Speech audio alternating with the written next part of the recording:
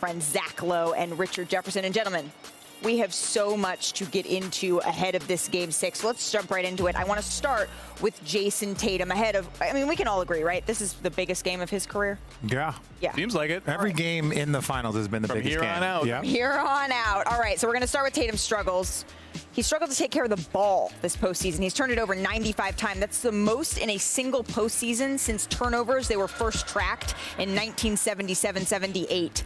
Tatum, he's also shooting just 36% on shots in the paint. So that's on pace to be the worst paint shooting percentage in the single finals in the last 25 years among the 125 players with at least 30 shots. That's after Tatum shot 53% in the paint in the first 3 rounds. All right, on the bright side, though, Tatum's made 19 of 40 three-pointers in the finals. That's just 4 shy of breaking the 2008 Ray Allen Celtics finals record. His 47.5% three-point shooting is the 4th best in finals history, a minimum of 40 attempts. Tatum has raised his game a couple of levels when facing elimination in the last 3 postseasons, averaging 30 points, 9 rebounds, nearly 9 assists per game, shooting 43% from 3. That's his 3rd most point per game when facing elimination over the last 3 seasons among players with more than 2 such games. Way too many stats. Let's get to our Cassidy Hubbarth, who caught up with Jason Tatum. Thanks, Malika. Jason, I don't need to tell you the stakes of this. Al Horford did that for you guys on Monday when he says that you guys need to look each other in the eyes and figure it out. What have been the conversations internally, and what's the tone in the locker room? Everybody's upbeat and confident, right? Obviously, we know this is the finals, but throughout the playoffs, we've had 3 elimination games. So we've been in this situation before, and if you don't, know what's at stake, if you don't, you're not upbeat for this, and you're in the wrong field. So we're confident, we're excited to be back home. And we don't have to win 2 in one day. We just got to win tomorrow, give ourselves a chance, and that's what we're looking forward to doing. We know no one is a bigger critic of you than you, maybe outside your mother. But how satisfied are you with your play in these games? It's hard to think like that. I'm satisfied. We down 3-2. Obviously down 3-2 is like, all right, there's a lot more I could be doing. And I still have more opportunities. So that's what I'm looking forward to. I can't change what these last 5 games have been like. I can be in control of what I can do to help my team out tomorrow. And regardless of what I do, if we get a win tomorrow, that's all that matters. Well, Coach Ime Udoka said that he thinks that you're looking for fouls on the attack. You haven't attempted a dunk in these finals. What is your mentality on the attack? Yeah, I think I need to start playing off 2 feet a little bit more, being under control, limit some of the turnovers and things like that, and not more so looking for contact, looking to make a play. I think that would be more helpful for myself, in those moments. Well, as you mentioned, you've shown that you can figure it out, 3-0 in elimination games. What are you specifically tasking yourself here in Game 6? The mindset, do whatever it takes. Do whatever it takes to win. At most, we got 2 games left. And I'm not ready for the season to be over with. So, get some rest tonight, be ready tomorrow, and, do whatever it takes. Well, so much has been made of your stats, whether it be success with high assists or you setting a playoff record with turnovers. How much are you paying attention to stat trends, and how is that impacting your preparation for Game 6? Not at all. I'm not watching TV. I'm not on social media, on Twitter.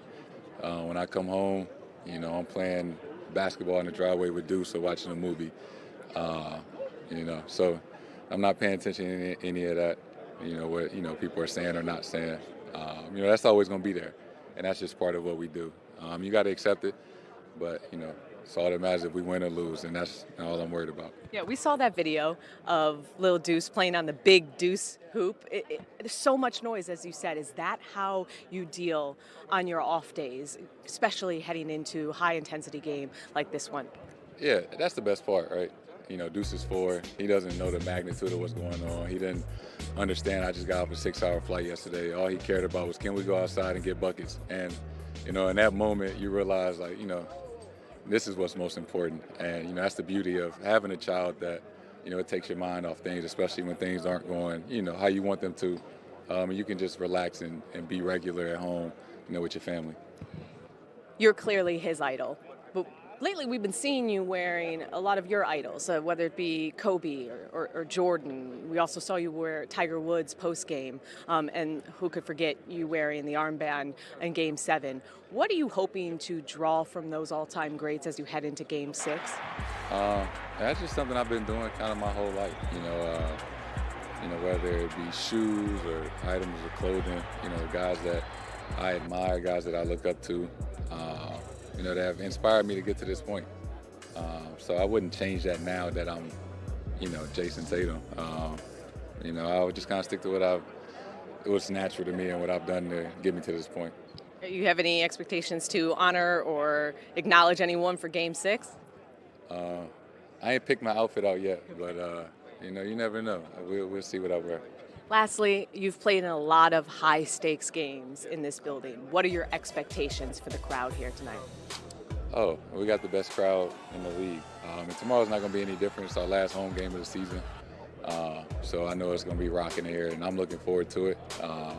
We owe our fans a win in front of them. So, that's the plan tomorrow, and, they're going to be ready to show up.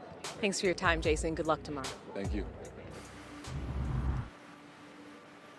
So you can hear more of Cassidy's conversation with Tatum's on Hoop Streams ahead of Game 6. Richard, I want to start with you here, though.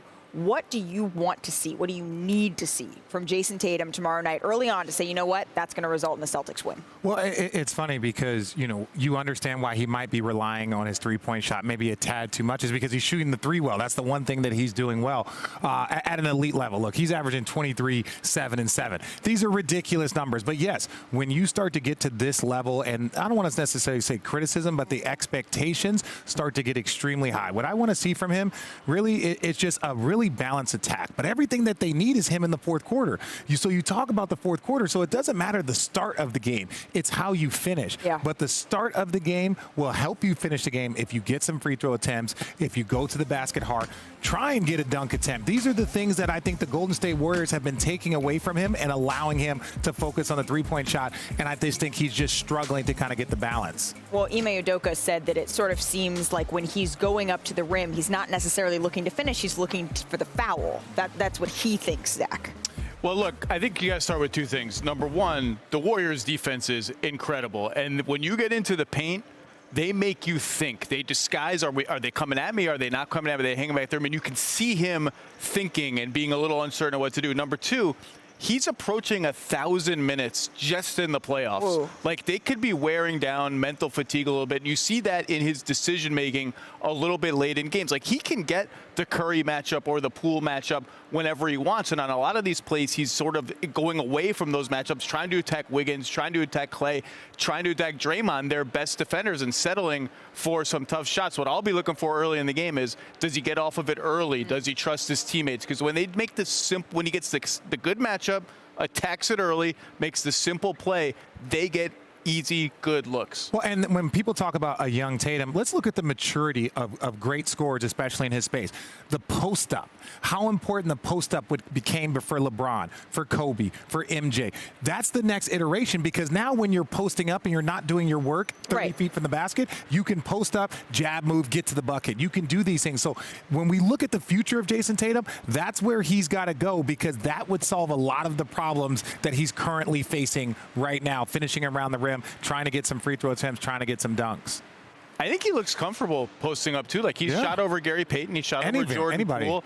The point he made that we shouldn't overlook in the interview with Cassidy, jumping off 2 feet. Yeah. I know that's a point of emphasis for the team, within the team right now, is when you go up with 1 foot, you don't get as high, you don't get as powerful, you don't look as under control. Right. The refs, I think, are less likely to give you calls. When you gather it and go up with 2, you might get some foul calls. The problem is when you gather the ball, Draymond Green, they're coming for it. They make it hard for you. Well, and Ime Udoka, he was talking about that the other day. Brian Windhorst was on our show saying, watch for Jason Tatum to be going off of 2 feet. They're putting such an emphasis on that. But one of the things that we heard Jason Tatum say in that interview with Cassidy is that we owe it to the fans to win. And you can imagine how this building is going to be. So on the other side, the superstar for tomorrow night's matchup, it's Steph Curry. He spoke just minutes ago about those fans.